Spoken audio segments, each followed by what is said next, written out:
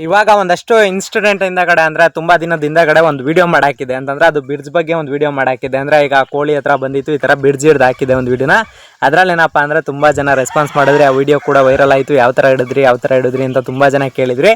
ಅದರಲ್ಲಿ ಏನಪ್ಪ ಅಂತಂದರೆ ಬಿಡ್ಜ್ ಬಗ್ಗೆ ಫಸ್ಟ್ ಆಫ್ ಆಲ್ ನನಗೆ ಗೊತ್ತಿರುವಂಥ ಮಾಹಿತಿ ಏನಪ್ಪ ಅಂತಂದರೆ, ನನ್ನ ಫಾರಮ್ ಒಳಗಡೆ ಬಿಡ್ಜ್ ಬಂದಾಗ ಅಂದರೆ ಫಸ್ಟು ಫಾರಮ್ ಮಾಡಿದಾಗ ಪಾರಿವಾಳ ಸಾಕಿದ್ವಿ.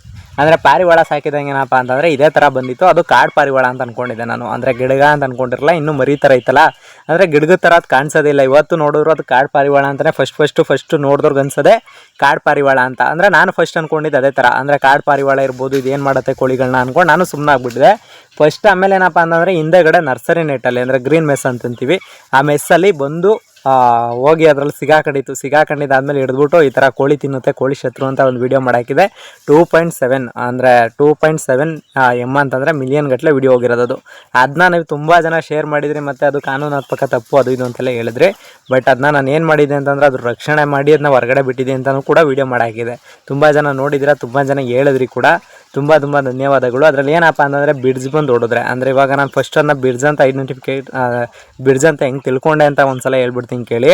ಅದು ಫಸ್ಟು 2 ಪಾರಿವಾಳ ಸಾಕಿದೆ. ಅಂದರೆ ಪಾರಿವಾಳಗಳು ಅಂತಂದರೆ ಈಗ ಕ್ರೇಜ್ ಎಲ್ರಿಗೂ ಇದ್ದೇ ಇರುತ್ತಲ್ಲ, ಚಿಕ್ಕದ್ರಿಂದ ನಾನು ಪಾರಿವಾಳ ಸಾಕಿದಾಗ 2 ಪಾರಿವಾಳ ಸಾಕಿದೆ. ಆ ಪಾರಿವಾಳ ಸಾಕಿದಾಗ ಒಂದು ಪಾರಿವಾಳಕ್ಕೆ ಬಂದು ಹೊಡೆದಿತ್ತು.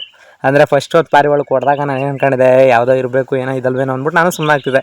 ಆದರೆ ಡೈಲಿ ಬರೋದು, ಡೈಲಿ ಕೂತ್ಕೊಳ್ಳೋದು ಫಾರಮ್ ಹತ್ರ ಹಿಂಗೆ ಮಾಡ್ತಿತ್ತು.